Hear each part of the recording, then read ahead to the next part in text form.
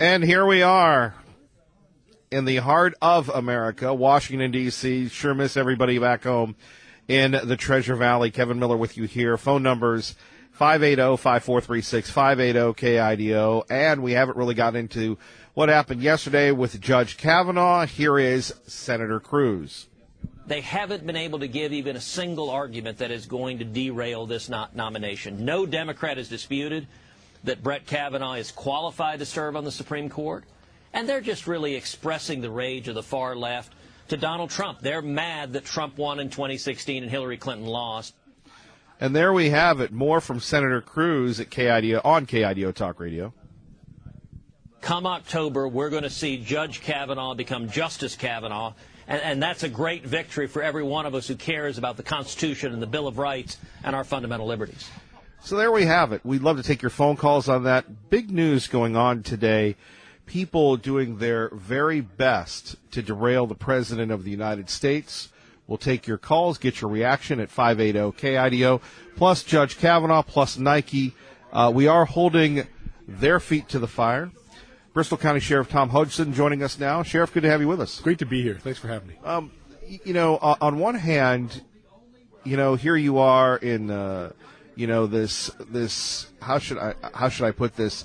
This hyperbole of hot air, conservative talk show host, talking about real life issues in the nation's capital, and yet the issues you're talking about are so gripped, so gritty that the mainstream media ignores them. Yeah, it's very unfortunate because what's being talked about when you talk about the nitty-gritty is actually probably one of the most important things that secures our republic and our democracy, and that is the safety of the people of this nation. And when you have members of Congress who completely ignore for 20 years the idea that we have people flowing into our communities, if you haven't seen over 20 years the change in complexion of not 20 years ago, we were talking about border states. Today, every state's a border state. And that's because Congress refuses to act on the security aspects of immigration reform. And as a result, we've seen the complexion of all our communities change. How many miles is it to the border from where Molly Tibbetts was murdered? How many miles is it from Milford, Massachusetts, where 3 people in the town of Milford were killed in 2 years by illegals? And this is all over the country. And here I thought it was Bristol County, Virginia, or Tennessee.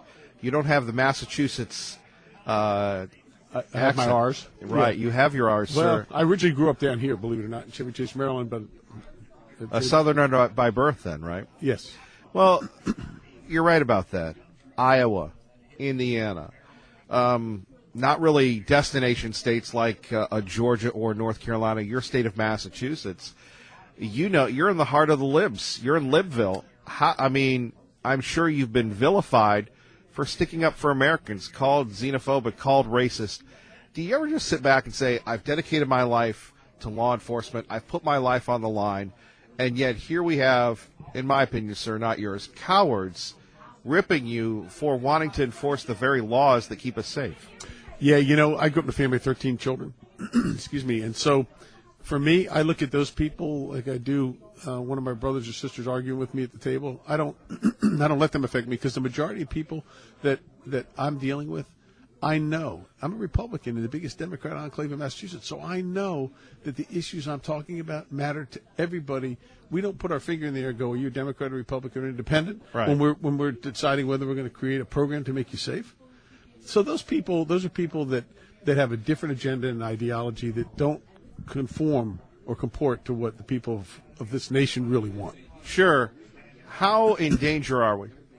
We're in serious danger. We're seeing the decline of accountability. We're seeing elected officials who are saying, I'll decide what laws to follow and not. We have members of Congress sitting on the floor like petulant little children protesting. The lack of leadership, with the exception of this president and others, the sheriff certainly, and others across this country, you don't see the level of accountability you saw years ago, and you see more and more assaults on police officers.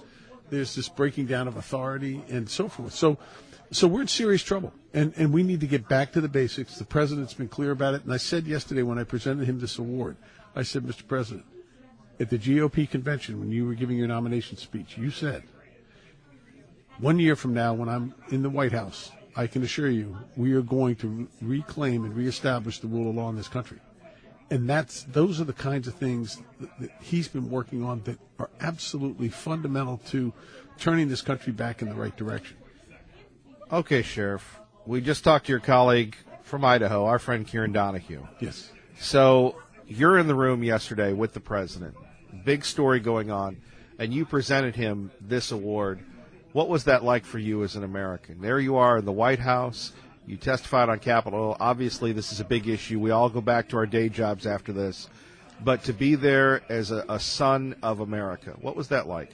It was an awesome feeling to know that, number one, was able to present this award to the president, to let him know that all of us have his back, which is what I told him, and it was I thought important for him to know, with all these detractors and these people who've been attacking him since day one because they're not happy he won the election, and yet he continues to move the agenda forward, that he needed to know that there are a lot of Americans out there, and particularly these sheriffs around this country, who believe in him, who believe in what he's doing, and are going to stand behind him so that we together as Americans can do the fundamental job that people expect of us, which is keep them safe.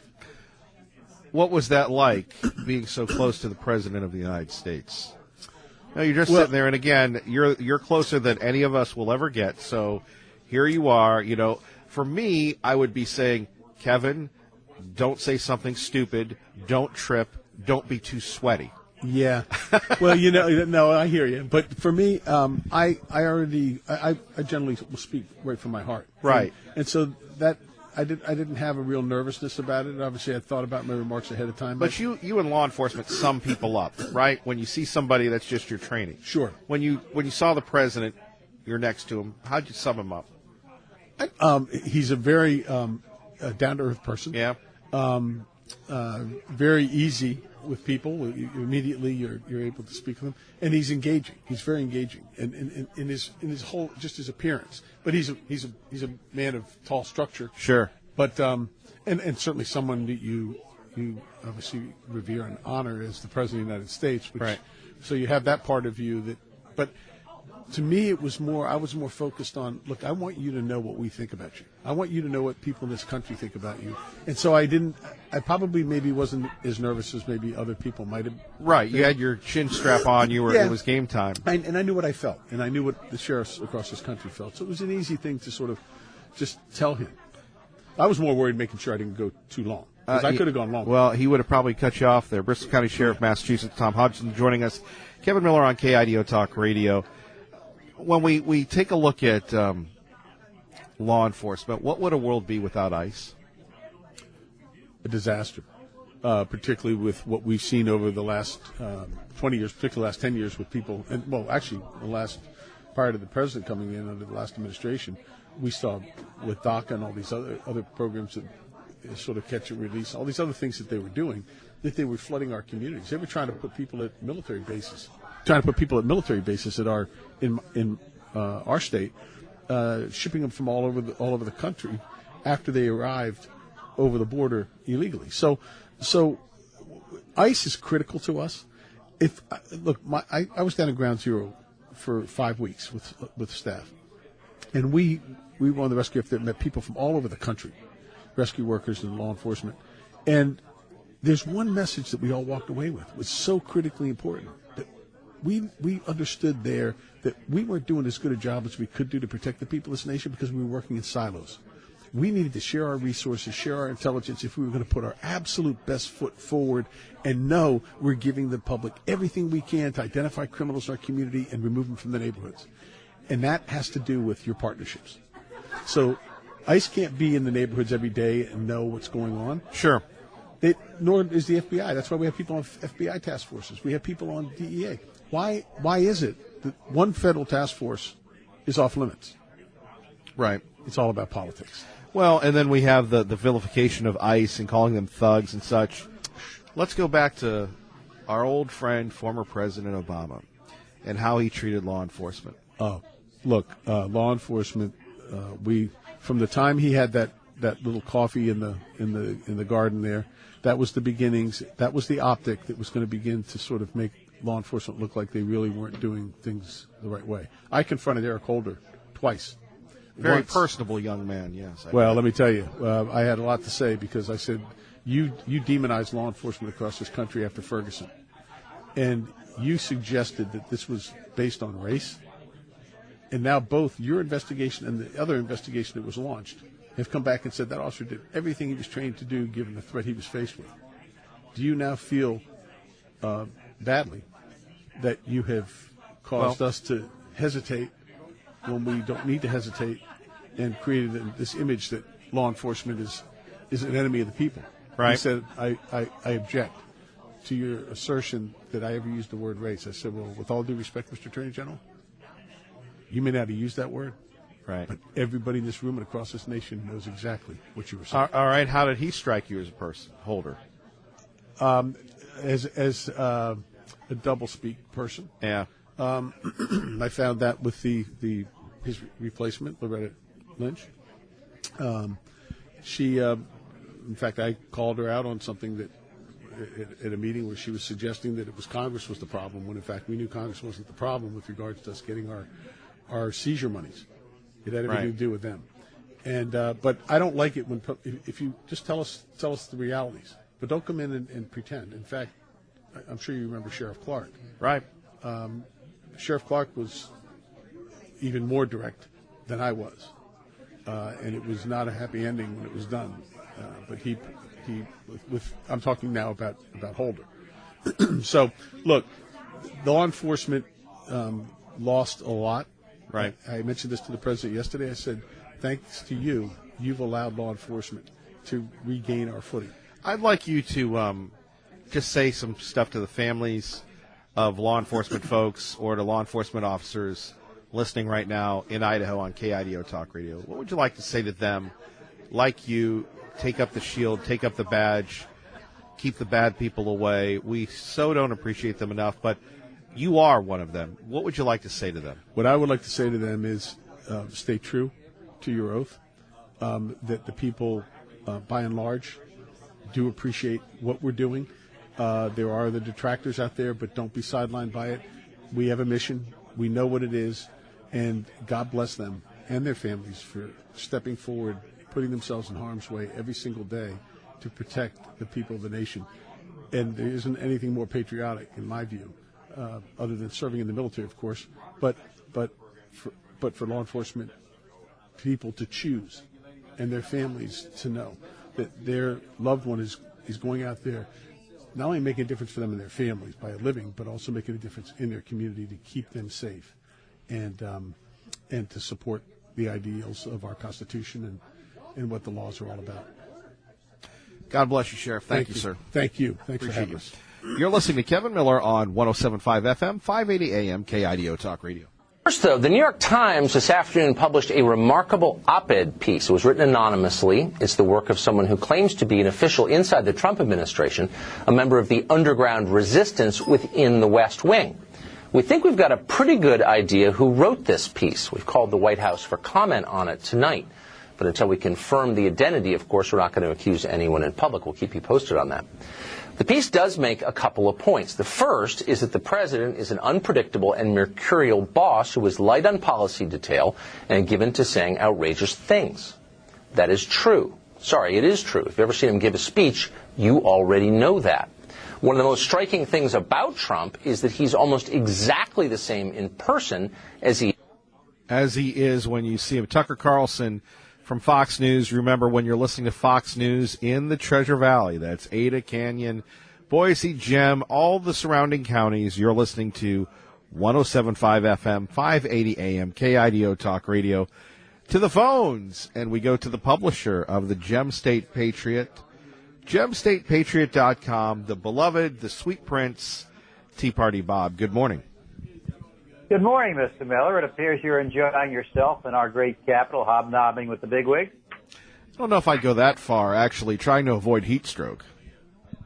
That's one of the reasons I never go back east of the Big River. Exactly. You know, I thought the Ringling Brothers Circus had closed, but it looks like it's making a comeback under the Capitol Rotunda after listening to the Kavanaugh hearings on C-SPAN for the last couple of days. The only difference is instead of elephants, tigers, and lions, we are now have it composed of donkeys, gators, and rhinos. I have never been so embarrassed for our country as I have been the past few days after listening to the liberal Dems try to tear apart one of the best candidates for Chief Justice in our history. This is about the disdain for the president, and anyone he appoints, regardless of their position. I can see how desperate Dems are just listening to the unjustified diatribes on Kavanaugh's past ruling. Now, let's face it, the Democrats are shaking in their boots right now because they know once Kavanaugh is confirmed to the Supreme Court, the path to achieving their liberal goals and changing this country into a progressive society through the court system will end. The desperation they are now showing is let's talk a little bit about the desperation. Here is Chad Pergram explaining how Chuck Schumer tried to derail the hearings yesterday. And what that means is that the Senate cannot meet after 2 o'clock without the blessing of the majority and minority leader. And Chuck Schumer said no. What would usually happen is the Judiciary Committee and all other committees would have to stop at that point. But Mitch McConnell counterpunched, and what he did is he adjourned the Senate so the Judiciary Committee could continue to hear from Brett Kavanaugh. How crazy is this? The Senate can't work after 2 o'clock in the afternoon. Now, in your days of working, and you're still working, did you have the 2 o'clock rule? No, there was no 2 o'clock rule. We usually went until about 2 in the morning. Right. But this really does show the desperation. These people are at their wits' end. You know, when you see the New York Times put out an anonymous op-ed as they did yesterday, you know that the libs are at the end of their rope. This is the first time in the paper's history they have ever put out a story without a name attached to it. What I can't understand is why whoever it is that is embedded would want to let Trump know that there's a mole or moles in the White House. You know, well, we now they have a name, how the Resistance. Well, you know, they're going to find out eventually who it is. But we now know how embedded the deep state is, and it's going to take all of the next 6 years to get them out. All I can say is I encourage everyone to listening to make sure that they get to the polls in November and make sure they bring their friends and neighbors and everybody they can find, because if we don't keep the Congress and the Senate, this election is going to turn into something that we just don't want, and it's going to bring all of the garbage back that has been there since Reagan was in office. You can bet they are going to be out there campaigning and spending as much money as they can, and you're going to see people like Soros and every other billionaire liberal pumping in money into the Democrats' election. I mean, look what happened in Boston last night. I mean, they took a guy who had been there for years, and he's gone. The changes that are coming about here in the liberal parts of this country are just absolutely amazing. Every day I hear something new. I can't believe what's going on. Well, what's going to happen in our part of the country? Well, I don't see much happening here. I will tell you that there is a big movement to boycott the Nike store in the Meridian Mall. I understand over 4,000 people are pledging not to shop there. I wonder if they shop there to begin with, though. Well, actually, that's the problem. Most conservatives wear New Balance. They don't wear Nikes because they're crappy sneakers. Well, or they buy them or they buy them at Fred Meyer. They get a deal on them. Well, yeah, maybe that's the case, but I certainly haven't. I haven't bought a pair of Nikes in 30 years. Well, thank you for sharing that relevant detail with us. Well, I don't have to worry about boycotting them. I hope you enjoy yourself there, and please give our regards to the sheriff and anybody else that you might see. I will, Tea Party Bob. Miss everybody there and can't wait to get back. Well, we're looking forward to you getting back here. Well, just be careful. We're looking forward to your friend Congressman Labrador will be joining us next. Oh, I'm going to be listening. We'll see what he has to say. Thank you, sir. Have a great day, Mr. Miller. Appreciate it. Tea Party Bob, our great friend, Traffic and Weather Together. Kevin Zuri Gabbard. And coming up next, Congressman Labrador from D.C., Kevin Miller, KIDO Talk Radio. Good morning, Doug. Good morning, Kevin. And we continue on our yearly adventure from FAIR, Federation for American Immigration Reform, joined by Idaho's conservative congressman, Congressman Raul Labrador. Congressman, good to have you with us once again. It's great to be on the show. You know, I keep trying to figure out, what's next for you. And I know it's very difficult, and we won't get too into details, but I'm ahead of the committee that wants you to come back, and we'll see where we are 2 or 4 years from now. I know a lot of people have been weighing in because they care about you. It's very heartfelt, very concerned, and you represent them. The latest, are you coming home to lead the Army in the fields? Well, the goal is to get home. It's so funny when I talk to so many people, especially the press keeps speculating that I'm going to have a job in D.C. and all these things, and that's not what I want. I want to be in Idaho. That's why I was running for governor. Sure. It's so I could be back home with my family, and I'm looking for something in the state. I have some opportunities out there. I haven't really quite been able to nail down exactly what I'm going to do. But, the people have been so nice. Everywhere I go, the people are just supportive. The people who supported me in the race are sad. I think there's a lot of things that are just, I just love the people of Idaho, and especially the people who have supported me over the last 8 years, and I couldn't be more grateful for just the love and support that I have felt back home. And you do a lot of media interviews, but sometimes not everybody hears this. Let's say you go on one show. It's not like everybody listens to it. We'd like that to be the case. Yes. But what would you like to say directly to those folks that regardless of whether you live here, whether you live in New York, whether your preferred place back home in Idaho, what would you say to them? I just say thank you.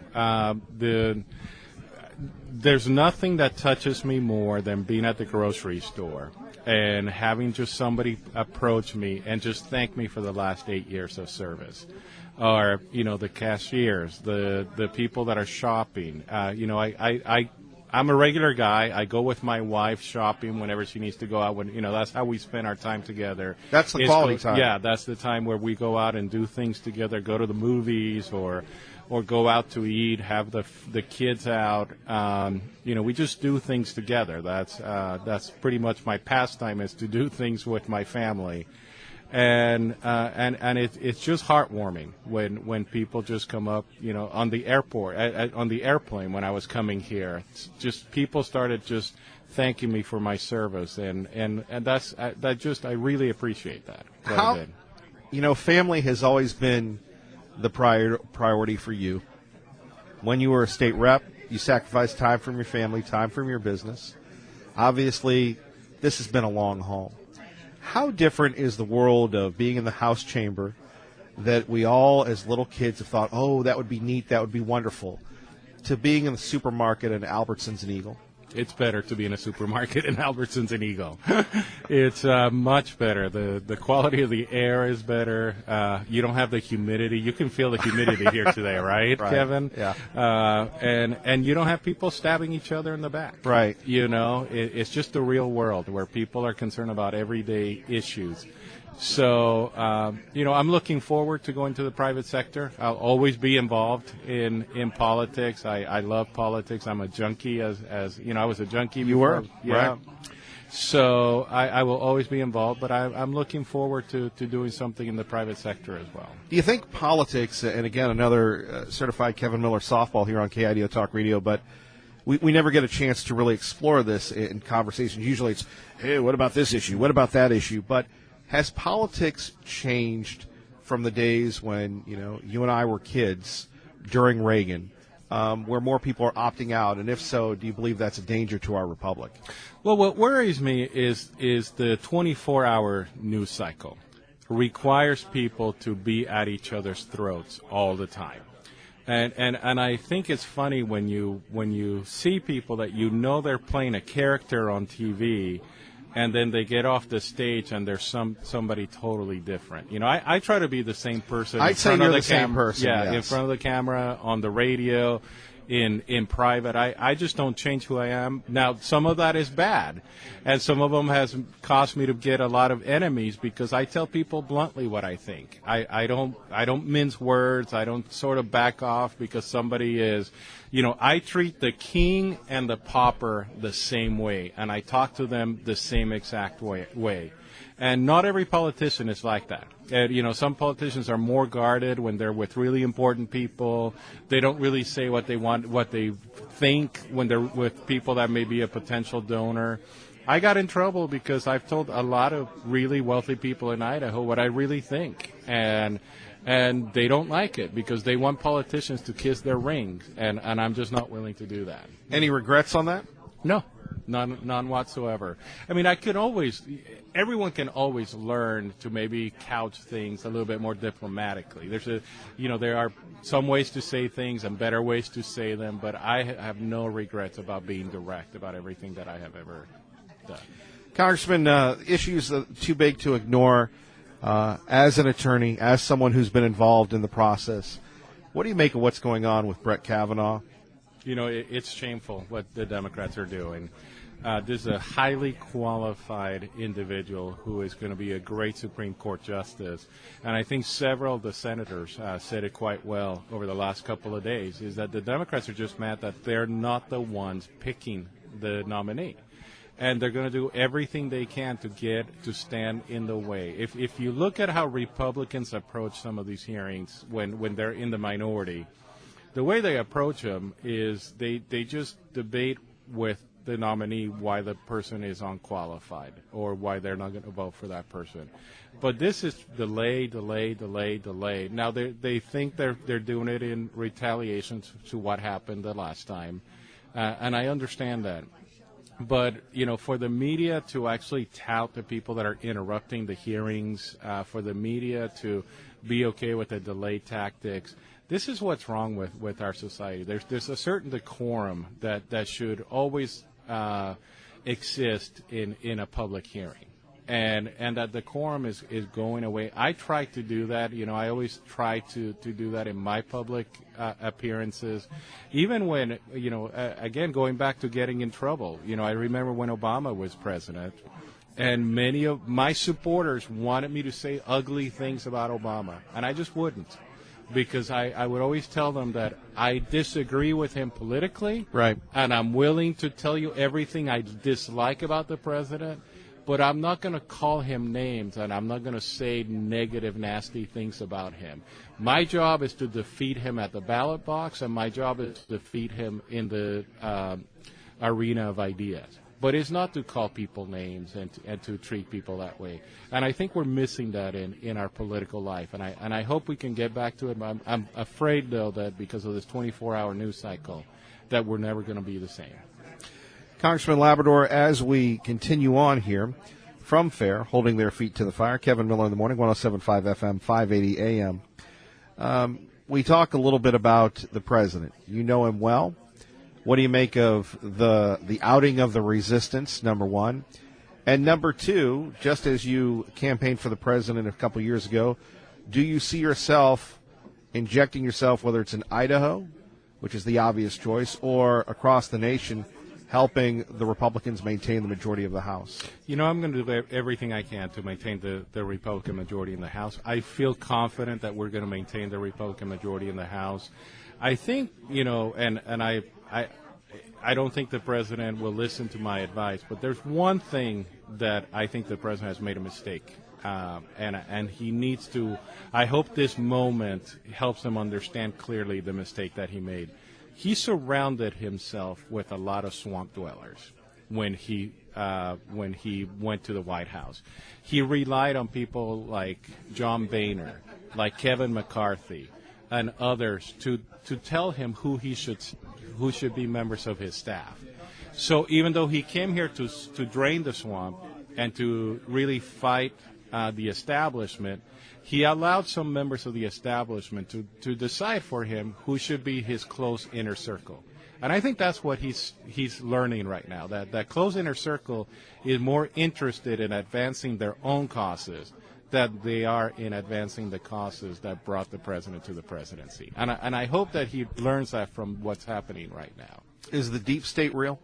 Absolutely. Absolutely. You have a cabal of people here in Washington, D.C. that have no interest in changing the way Washington works. The same thing as in Idaho. If you saw what happened in the last race in my primary, the entire establishment of Idaho decided that they were going to get together and be for somebody else because they knew that I was going to change the way Idaho was working and the way Idaho did business.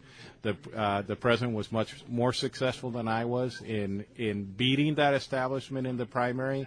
But the problem is that the day that he won the primary, the day that he won the election, then he relied on people like John Boehner and Kevin McCarthy and other people that are just part of the establishment to give him advice on who he should hire. And that's I think that's problematic. It is, and since you referenced the race in Idaho, problematic when you have big money. I mean, you take a look at and as a political wonk, we've examined the race endlessly, where you've had those last-second ads, tough to respond to those, and not only the last-second ads, but you've got a frequency where you had an ad with the lieutenant governor paid for by the lieutenant governor.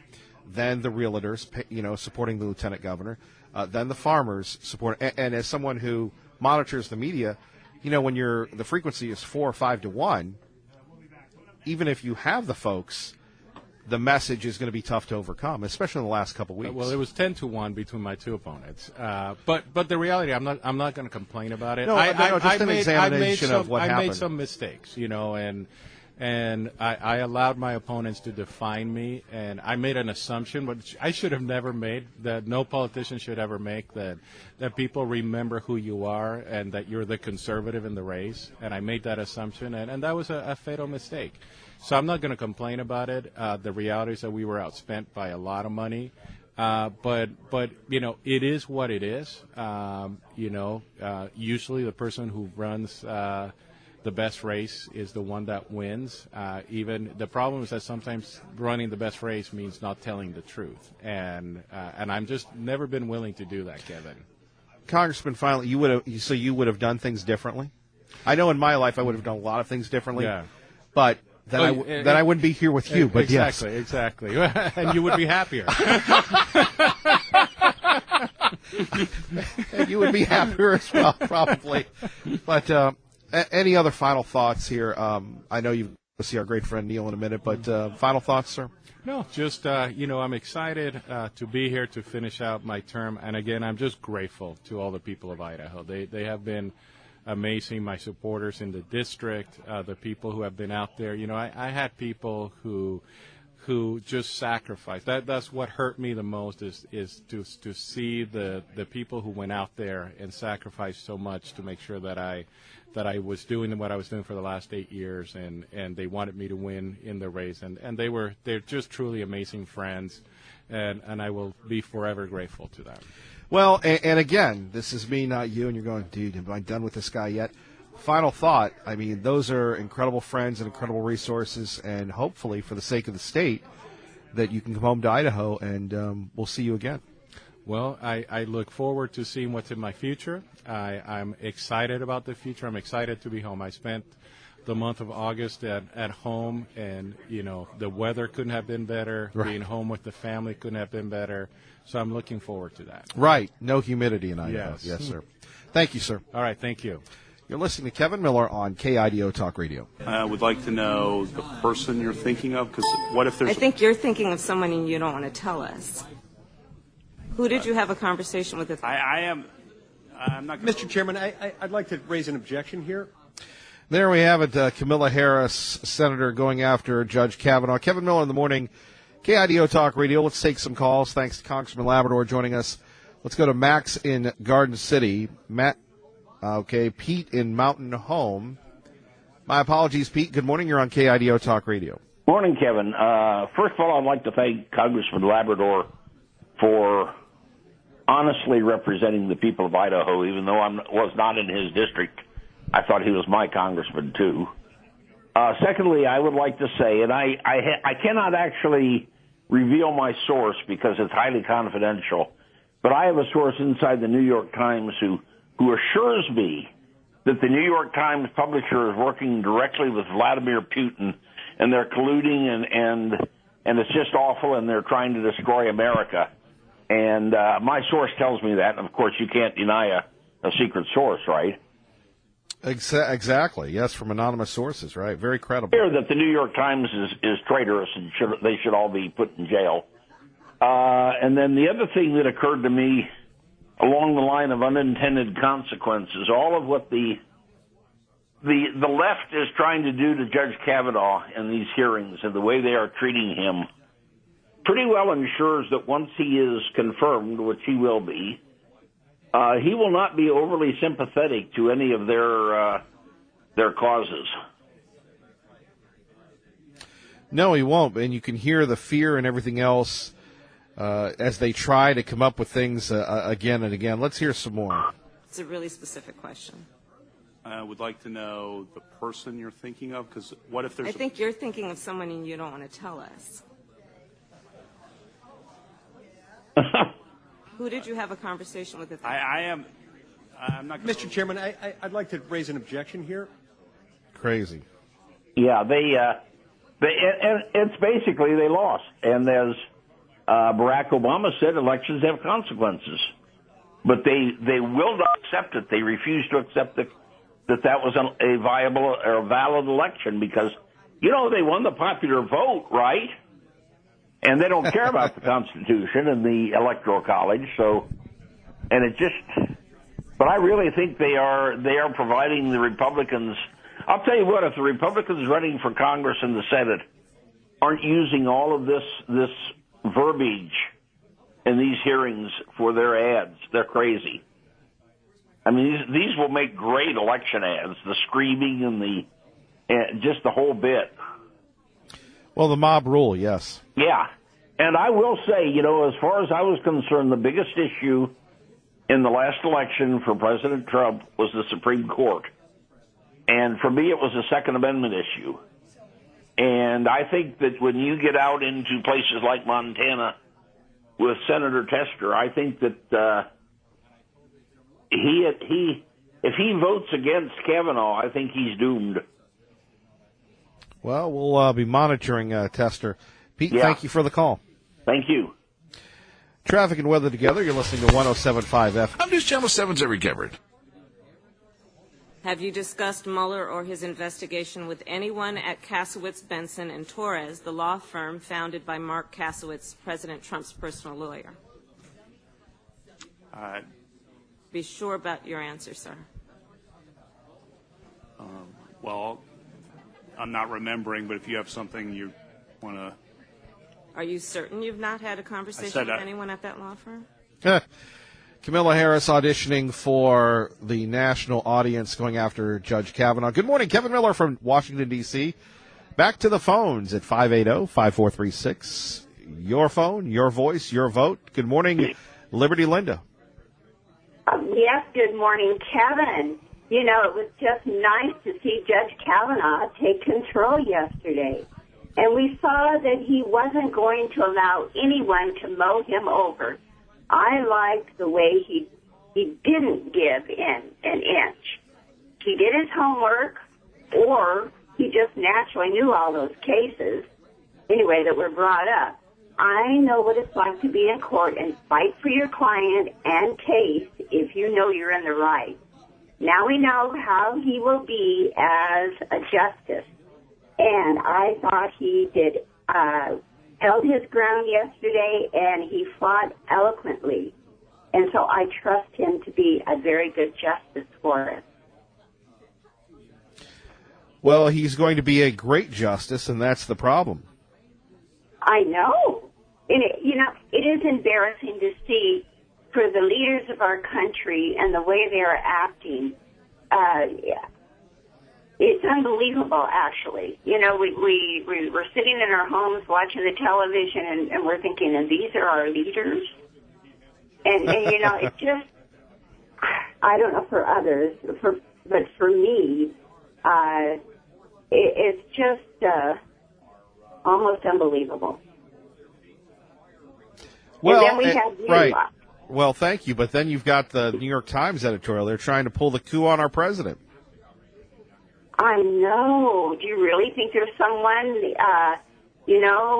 within those he's chosen to be around him that would do something like that? You heard Congressman Labrador. He said the deep state is real. Oh, yeah. Well, we are actually believing it. Thank you for having Congressman Labrador on. Well, we thank him. believe that. We thank him for showing up. I got to run, Liberty Linda. Okay. Love you, Kevin. Have a Love great day. you. Okay, bye-bye.